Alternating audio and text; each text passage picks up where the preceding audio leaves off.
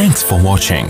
Don't forget to like, comment, share and subscribe to Bismillahirrahmanirrahim. Allahumma salli ala Sayyidina Muhammad wa ala ali Sayyidina Muhammadin kama tuhibbu wa tarda.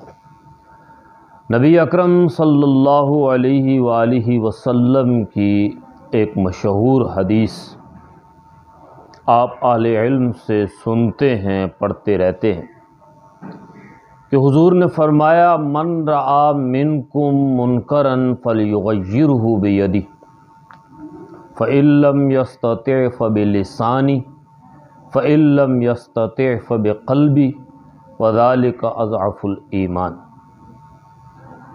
نبی صلی اللہ علیہ وسلم نے فرمایا جو کوئی بھی تم میں سے منکر کو دیکھے اسے اپنے ہاتھ سے روکے۔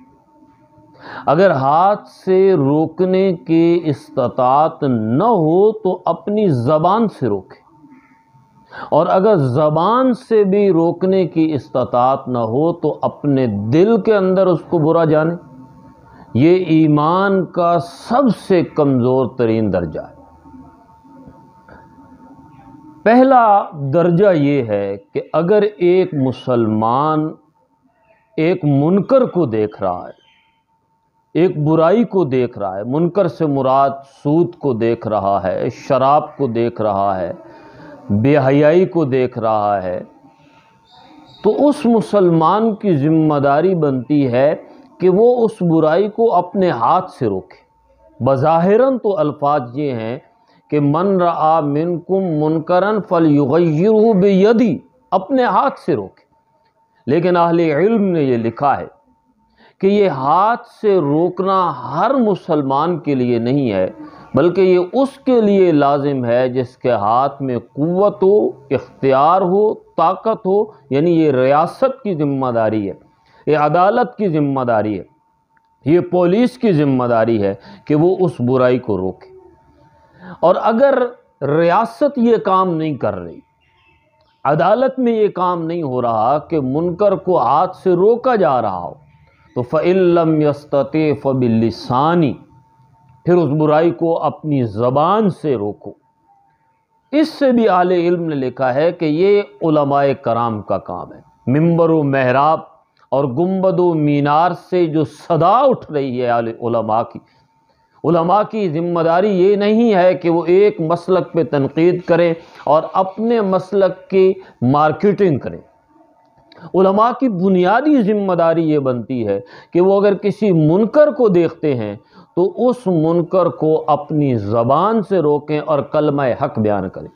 اگر وہ منکر ریاست کر رہی ہے، اگر وہ منکر حکومت کر رہی ہے، اگر نظام منکرات موجود ہے تو علماء کے اوپر فرض ہے کہ وہ اس منکر کو روکنے کے لیے اپنے زبان کو استعمال کریں۔ یہاں ایک بات یاد رکھیے گا کہ اگر ریاست منکر کو روک رہی ہے تو پھر بھی پوری امت کا اور جس ریاست کے اندر مسلمان موجود ہیں ان کا ایمان اعلیٰ درجے پہ۔ اور اگر ریاست یہ کام نہیں کر رہی اور علماء اپنی زبان سے حق کو حق کہہ رہے ہیں اور باطل کو باطل کہہ رہے ہیں تو پھر بھی اہل ایمان کا درجہ، ان کا ایمان بلندی پہ ہے۔ لیکن نبی صلی اللہ علیہ وسلم نے جو آخری بات فرمائی کہ فَإِن لَّمْ يَسْتَطِعْ فَبِقَلْبِهِ وَذَلِكَ أَضْعَفُ الْإِيمَانِ، اگر ریاست بھی برائی کو ہاتھ سے نہیں روک رہی، علماء بھی یہ کام نہیں کر رہے، تو پھر تم اپنی زبان کے اپنے دل میں اس برائی کو، منکر کو برا جانو۔ یہ ایمان کا کمزور ترین درجہ ہے۔ یعنی اگر ایک آدمی کسی منکر کو دل کے اندر برا جانتا ہے، زبان سے کچھ نہیں کہتا، ہاتھ سے کچھ نہیں کرتا، صرف دل سے اس سے نفرت کرتا ہے، اس کا ایمان تو ہے پر ایمان بہت کمزور ہے۔ کمزوری کے بعد دو چیزیں ہوتی ہیں، یا وہ چیز طاقت میں آ جاتی ہے یا ختم ہو جاتی ہے۔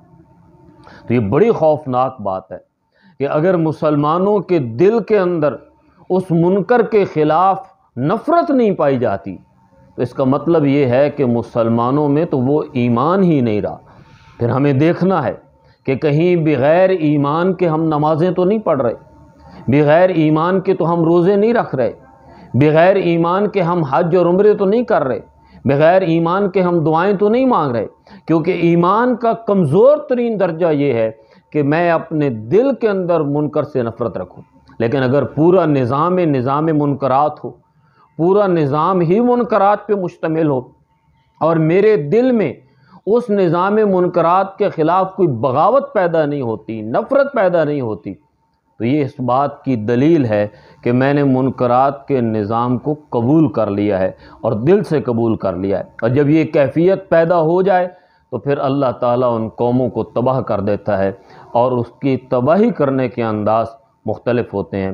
اللہ تعالیٰ ہمیں منکرات سے لڑنے کی توفیق عطا فرمائے۔